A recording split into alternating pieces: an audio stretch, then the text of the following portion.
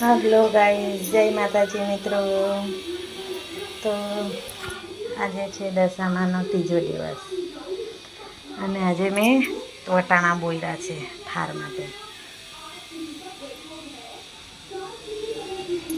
આજે બનશે વટાણા બટાકા અને ટામેટાનું શાક, રોટલી ભાત અને ભૂંગળા આવે ને રમોકરા કહીએ અમે એ તરીશું. તો જમવાનું શું બનાવે એટલે આજે મેં વટાણા બોરી દીધા છે.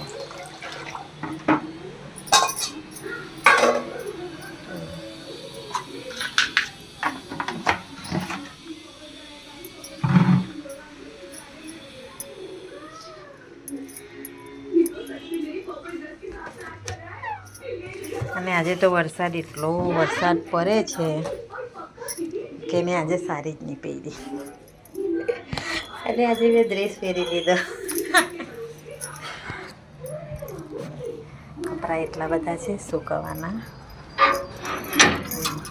ઉપર જાઉં છું, સુકાઈ આવું આજે કપડાં.